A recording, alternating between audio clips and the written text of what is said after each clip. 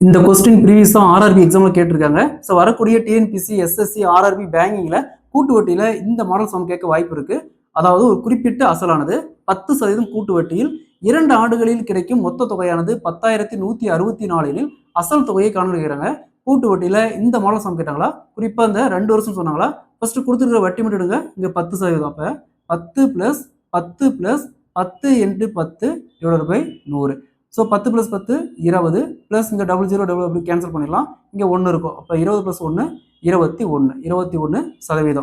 அதாவது இந்த மொத்த தொகை அப்படிங்கிறது அசல் பிளஸ் வட்டி. ஸோ அசல் அப்படிங்கிறது எப்பவுமே 100%. ஸோ 100% பிளஸ் இங்கே 21%, 121% தான். 121% தான் இந்த 10,164. நமக்கு தேவை அசல் 100%. 100%க்கு என்ன? இது அப்படியே கிராஸ் மல்டிப்ளை பண்ணுமா? 10,164 இன்ட்டு 100% வகுத்தல் இங்க 121%. ஸோ சதவீதம் அப்படியே கேன்சல் பண்ணிடலாம். 10,164 121 கேன்சல் பண்ணுமா? 84. ஸோ 84 இங்க ஒரு 2 ஜீரோ இருக்குது. அப்ப 8,400 ரூபா. ஸோ அசல் அப்படிங்கிறது 8,400. 10% கூட்டு வட்டியில 2 ஆண்டுகளுக்கு பிறகு கிடைக்கக்கூடிய மொத்த தொகையானது 10,164 இருக்கும். இதே மாதிரி இந்த சம் பாருங்க.